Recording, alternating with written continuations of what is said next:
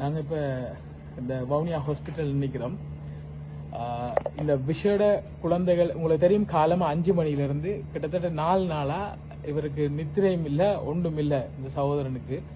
அப்போ இன்றைக்கு 5 மணிக்கு தான் எங்களுக்கு தொடர்பு. நாங்கள் வந்து இப்போ வரைக்கும் ஏண்ட வகையான முயற்சி எடுத்தோம்.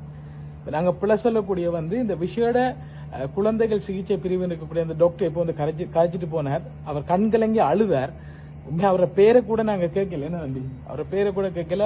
ஒரு இந்த உயிர்களை கொலை செய்யற மருத்துவர்களுக்கு மத்தியில அந்த உயிர்களை காப்பாற்ற துடிச்ச ஒரு டாக்டரையும் நான் இங்க கண்டனா. அதனால எனக்கு மன கஷ்டமா இருக்கு. அவரோட பேரை நான் கேட்கல. அவர் சொன்னவர் இன்றைக்கு அதாவது தங்கள்கிட்ட வந்து தான் இங்க வந்ததுக்கு பிறகு இப்படி பறிகொடுத்ததை விட அவர் சொன்ன விஷயம் உயிர் போன, அதாவது ஹார்ட் பீட் எல்லாம் நின்ற பிறகுதான் அந்த பிள்ளைய வந்து இவர்கிட்ட பாரம் கொடுத்திருக்காங்க. அதாவது இறந்து போன ஒரு குழந்தைய பாரம் கொடுத்திருக்காங்க காப்பாத்த சொல்லி. அவர் எல்லா உண்மையும் சொன்னவர். அவர்கிட்ட எல்லா உண்மையும் கேட்ட நாங்க அவரை நான் வாழ்த்துறேன். உண்மையா இவர கண்ணுக்கு முன்னால் அழுதவர். என்ன அந்த டாக்டர் அழுதுட்டு போனவர். அப்படியான நல்ல வைத்தியர்களுக்கு மத்தியில இப்படி நாசமா போன வைத்தியர்களும் இருக்கிறாங்க. இந்த 7ஆம் போட்டு இந்த 7ஆம் போட்டுல இருந்து சரியான நேரத்துக்கு இந்த தங்கச்சிக்கு ட்ரீட்மெண்ட் கொடுத்திருந்தா இன்னைக்கு அந்த தங்கச்சியோட ஸ்டேட்மெண்ட் அவ்வளவு இதுக்கு முதல் வீடியோல நீங்க பாத்திருப்பீங்க. அவங்களுக்கு இந்த ட்ரீட்மெண்ட் சரியா செஞ்சிருந்தா இன்னைக்கு இந்த பிள்ளையை காப்பாத்தி இருக்கலாம்.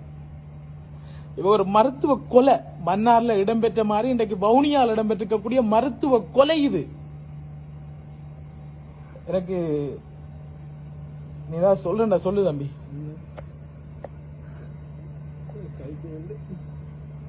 சாரி, எனக்கு இன்னைக்கு இந்த பிள்ளை வந்து கொல்லப்பட்டதுக்கான சகல காரணங்களும் இதற்கு முதல் வீடியோவில் அந்த தங்கச்சி ஹாஸ்பிட்டல்ல இருந்து தந்தவர். இன்னைக்கு இப்ப டைம் 1 மணி கடந்துட்டு அந்த பிள்ளைய கொண்டுட்டாங்க. அந்த கொலை செய்யப்பட்டதுக்கான காரணம் இதற்கு முதல் வீடியோவில் இருக்குது. இந்த வவுனியா வைத்தியசாலை 7ஆம் வார்டு இந்த பிள்ளைய கொண்டுட்டாங்க. இதான் உண்மை.